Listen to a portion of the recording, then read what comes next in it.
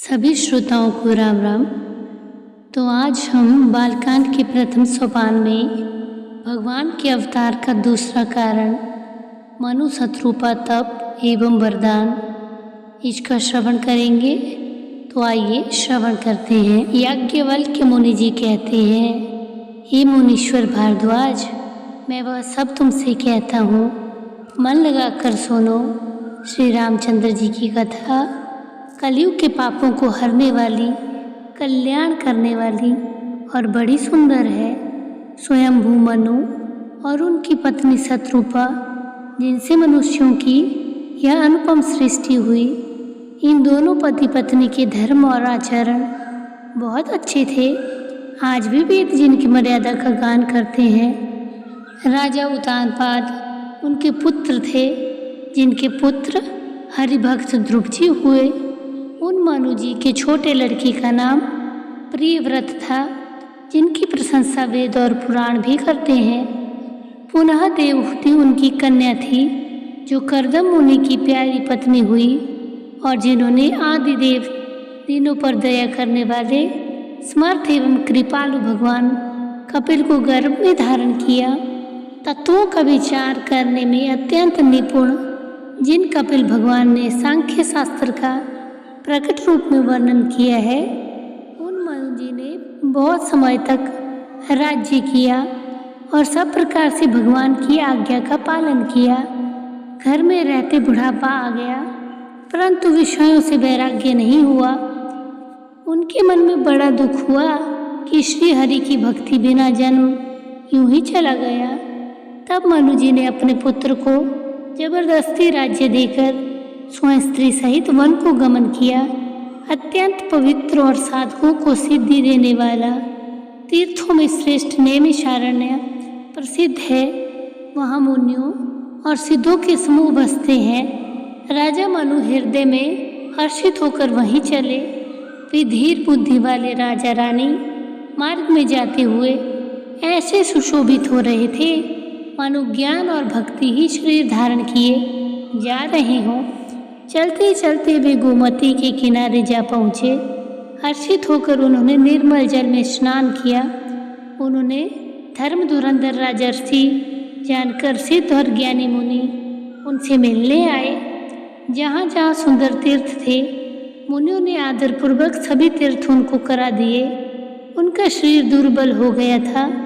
वे मुनियों के से वस्त्र धारण करते थे और संतों के समाज में नित्य पुराण सुनते थे और 12 मंत्र ओम नमो भगवते वासुदेवाय का प्रेम सहित जाप करते थे। भगवान वासुदेव के चरण कमलों में उन राजा रानी का मन बहुत ही लग गया।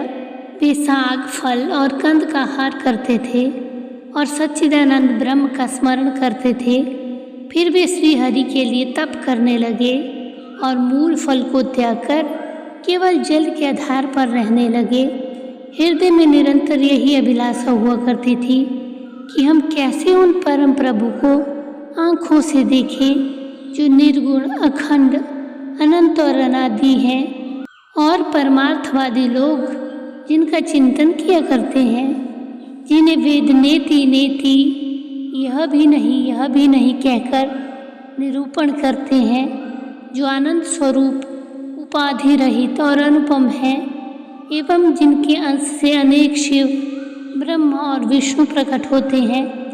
ऐसे महान प्रभु भी सेवक के वश में हैं और भक्तों के लिए लीला विग्रह धारण करते हैं। यदि वेदों में यह वचन सत्य कहा है, तुम्हारी अभिलाषा भी अवश्य पूरी होगी। इस प्रकार जल का आहार करते हुए 6000 वर्ष बीत गए। फिर 7000 वर्ष में वायु के आधार पर रहे। 10,000 वर्ष तक उन्होंने वायु का आधार भी छोड़ दिया। दोनों एक पैर पर खड़े रहे। उनका अपार तप देखकर ब्रह्मा, विष्णु और शिव जी कई बार मनु जी के पास आए। उन्होंने इन्हें अनेक प्रकार से ललचाया और कहा कि कुछ वर मांगो, पर ये परम धैर्यवान राजा रानी अपने तप से किसी के डिगाए नहीं दिगे। यद्यपि उनका शरीर हड्डियों का ढांचा मात्र रह गया, फिर भी उनके मन में जरा भी पीड़ा नहीं थी। सर्वज्ञ प्रभु ने अनन्य गति आश्रय वाले तपस्वी राजा रानी को निज दास जाना। तब परम गंभीर और कृपा रूपी अमृत से सनी हुई यह आकाशवाणी हुई कि वर मांगो। मूर्ति को भी चिल्ला देने वाली यह सुंदर वाणी कानों के छेदों से होकर जब हृदय में आई, तब राजा रानी के शरीर ऐसे सुंदर और हृष्ट पुष्ट हो गए मानो अभी घर से आए हैं। कानों में अमृत के समान लगने वाले वचन सुनते ही उनका शरीर पुल की तरह प्रफुल्लित हो गया। तब मनुजी दंडवत करके बोले, प्रेम हृदय में समाता न था। हे प्रभु सुनिए, आप सेवकों के लिए कल्प वृक्ष और कामधेनु हैं। आपकी चरण रज की ब्रह्मा विष्णु और शिव जी भी वंदना करते हैं। आप सेवा करने में सुलभ हैं तथा सब सुखों को देने वाले हैं। आप शरणागत के रक्षक और जड़ चेतन के स्वामी हैं। हे अनाथों का कल्याण करने वाले, यदि हम लोगों पर आपका स्नेह है तो प्रसन्न होकर यह वर दीजिए कि आपका जो स्वरूप शिव जी के मन में बसता है और जिसके लिए मुनि लोग यत्न करते हैं, जो काकशुंडी के मन रूपी मान सरोवर में विहार करने वाला हंस है, सगुण और निर्गुण कहकर वेद जिसकी प्रशंसा करते हैं, हे शरणागत के दुख मिटाने वाले प्रभु, ऐसी कृपा कीजिए कि हमें उसी रूप को नेत्र भरकर देखें। राजा रानी के कोमल विनय युक्त और प्रेम रस में पगे हुए वचन भगवान को बहुत प्रिय लगे। भक्त वत्सल, कृपा निधान, संपूर्ण विश्व के निवास स्थान सर्वसमर्थ भगवान प्रकट हो गए। भगवान के नीले कमल, नीलमणि और नीले मेघ के समान श्याम वर्ण शरीर की शोभा देखकर करोड़ों कामदेव भी लजा जाते हैं। उनका मुख शरद पूर्णिमा के समान छवि की सीमा स्वरूप था। गाल और ठोड़ी बहुत सुंदर थे। गला शंख के समान, लाल होंठ, दांत और नाक अत्यंत सुंदर थे। हंसी चंद्रमा की किरणावली को नीचे दिखाने वाली थी। नेत्रों की छवि कमल के समान बड़ी सुंदर थी। मनोहर चितवन जी को बहुत प्यारी लगती थी। टेढ़ी भौहें कामदेव के धनुष की शोभा को हरने वाली थी। ललाट पटल पर प्रकाशमय तिलक था। कानों में मकराकृत मछली के आकार के कुंडल और सिर पर मुकुट सुशोभित था। टेढ़े घुंघराले काले बाल ऐसे सघन थे मानो भौरों के झुंड हो। हृदय पर श्रीवत्स, सुंदर वनमाला, रत्न जड़ित हार और मणियों के आभूषण सुशोभित थे। सिंह की सी गर्दन थी, सुंदर जनेऊ था। भुजाओं में जो गहने थे वे भी सुंदर थे।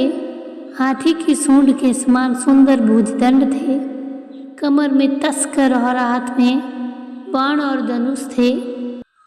तो आज की कथा को हम यही विराम देते हैं। कल की कथा में हम श्रवण करेंगे कि भगवान जी ने मानव शत्रुपा को क्या वरदान दिया। तब तक के लिए आप सबको जय श्री राम, जय श्री राधे श्याम, जय श्री सीताराम।